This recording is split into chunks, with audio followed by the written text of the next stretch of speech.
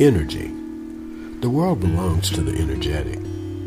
The average person puts 25% of his energy and ability into his work. The world takes off its hat to those who put in more than 50%. And the world stands on its head for those few and far between souls who devote 100%. Believe that you possess significant reserves of health, energy, and endurance, and your belief will create the fact. Resolve to do everything more leisurely, talk, eat, and act with exaggerated slowness, and so conserve, waste energy.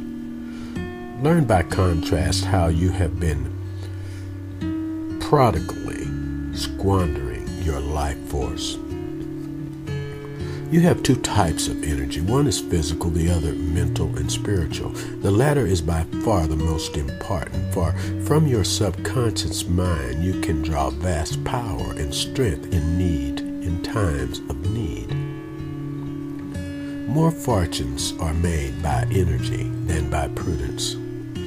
When men are young, they want experience, and when they have gained experience, they want energy. Energy and efficiency.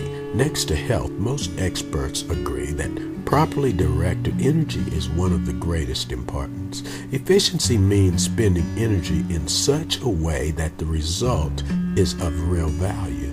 The man who works very hard one day and lies down in his effort the next is merely fooling himself. Steady effort day by day, day after day, applied in a definite direction and for a given purpose, cannot fail to produce results. On the journey of life, there is joy in doing perfectly, or at least to the extent of one's ability, everything that one attempts to do. There's a sense of satisfaction. To be energetic, act energetic. The real difference between men is energy. A strong will, a settled purpose, an invincible determination can accomplish almost anything. And in this lies the distinction between great men and little men. Realize the power of the human mind on the human body. Energy comes from oxygen, food, thoughts. Mental attitude is the greatest source of power. Thoughts are the powerhouse. Your muscles have to obey your brain. Most of our energy comes from a mental source. If you want lots of energy, you can let people, if you want lots of energy, you cannot let people drag you down. People puncture you during the day, you know. A normally healthy person should always have on hand a surplus of energy that is a little more than is required for his everyday needs. The surplus can be drawn on when an emergency such as an accident or sickness strikes one. People who use all the energy that they produce daily and continue to draw upon the surplus soon come to the end of the journey of life. Enjoy. Life is to be enjoyed, to laugh, to sing, to love, to meditate. Life to be enjoyed has to be decorated. Bare subsistence is not enough. Bare subsistence is not enough. Not what we have, but what we enjoy constitutes our abundance.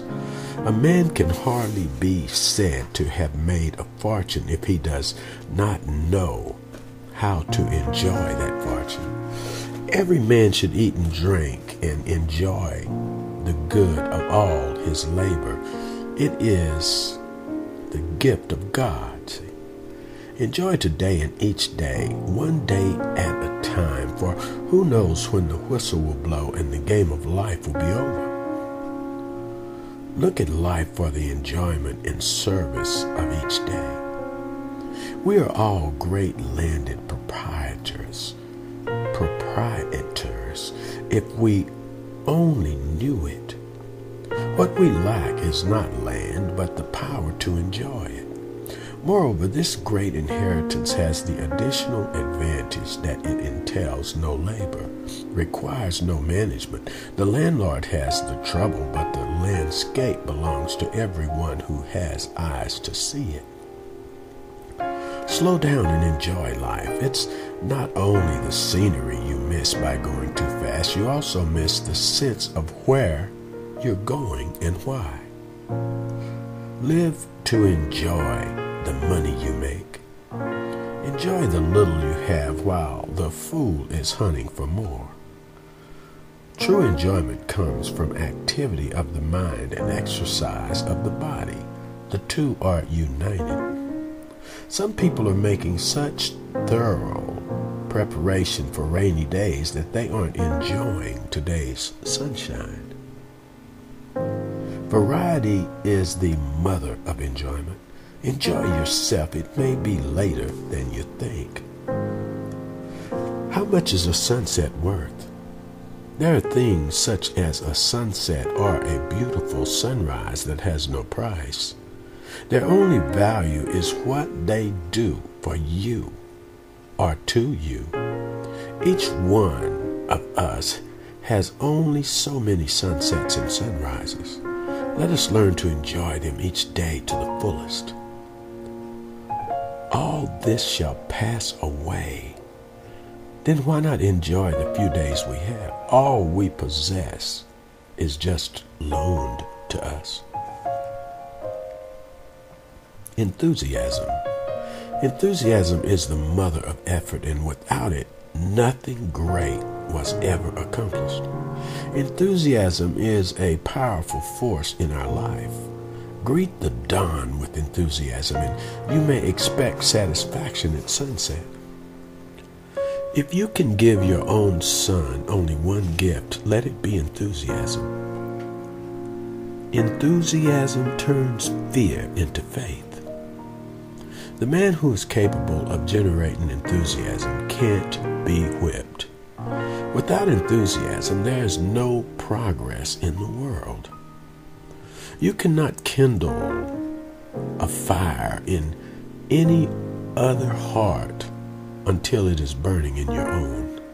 When enthusiasm is inspired by reason, controlled by caution, sound in theory, practical in application, reflects confidence, spreads good cheer, raises morale, inspires associates, arouses loyalty, and laughs at adversity, it is beyond price.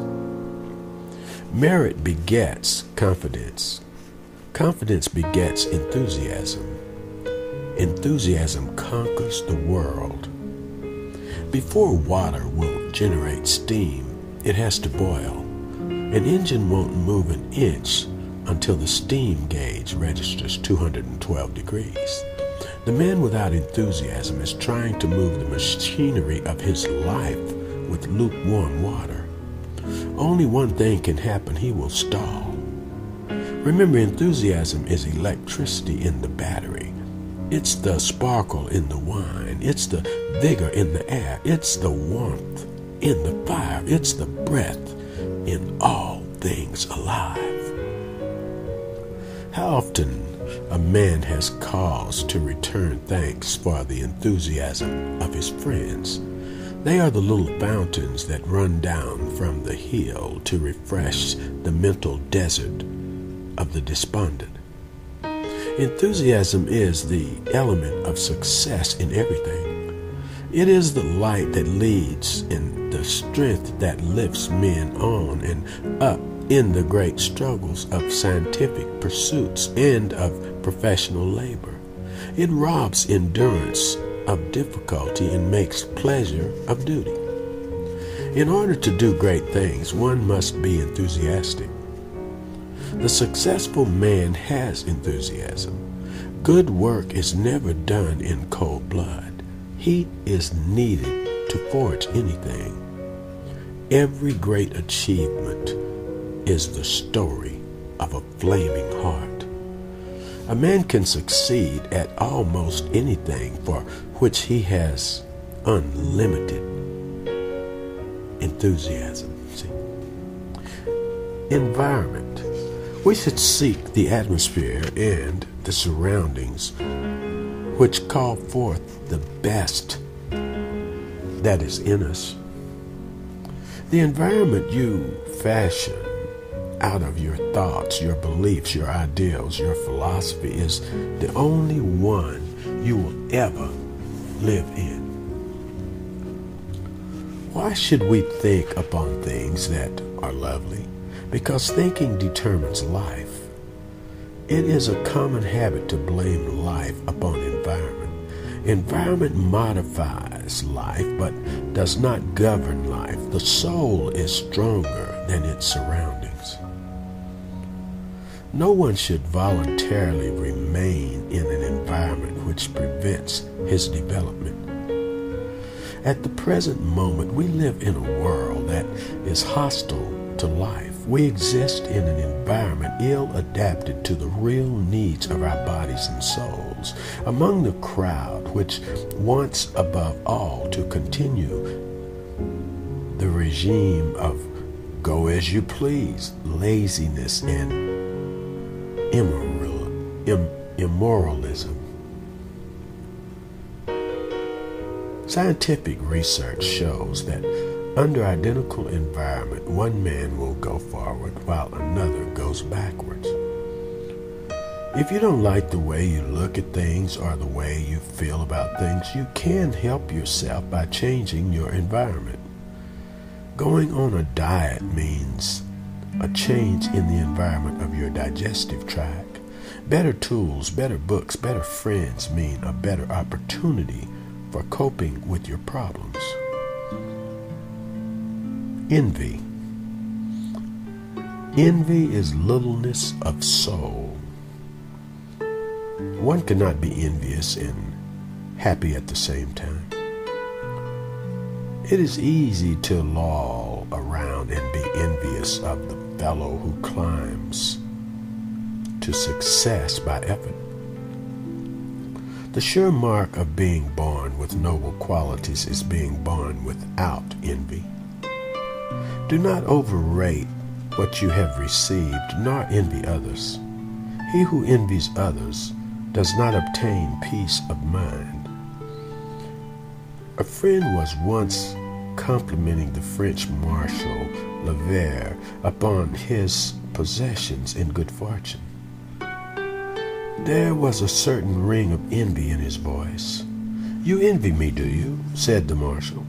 "Well, you shall have all these things, and at a better bargain than I had. Come into the court, I shall fire at you with a gun 20 times at 30 paces, and if I don't kill you, all shall be your own."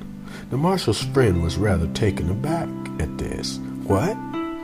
You won't?" continued the marshal. "You won't?